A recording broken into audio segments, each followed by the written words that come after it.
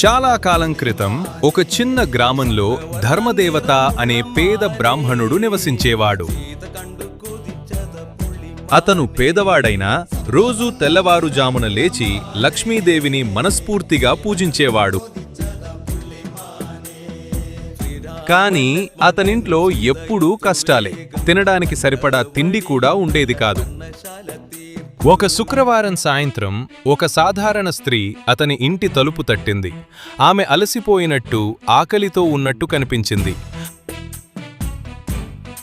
అతను పేదవాడైనా తన దగ్గర ఉన్న చివరి అన్నాన్ని ఆమెకుచ్చాడు. ఏమీ దాచుకోలేదు.